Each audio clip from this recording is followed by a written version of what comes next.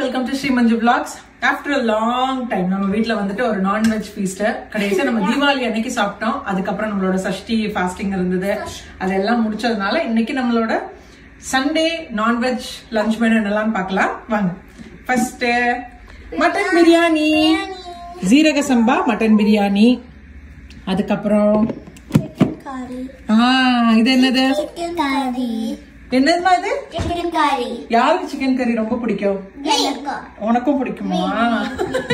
Okay. அதுக்கப்புறம் இது என்னது? Chicken fry. என்ன ஃப்ரை? சிக்கன் 65. அதுக்கப்புறம் வந்து இது நெய் இல்ல, இது பக்கோடா இல்ல, இது வந்துட்டு நெய் மட்டன் சுக்கா. கொஞ்சமா தான் நான் பண்ணேன், ஏன்னா எங்க வீட்டுல ஸ்ரீதருக்கு வந்து மட்டன் பிடிக்காது.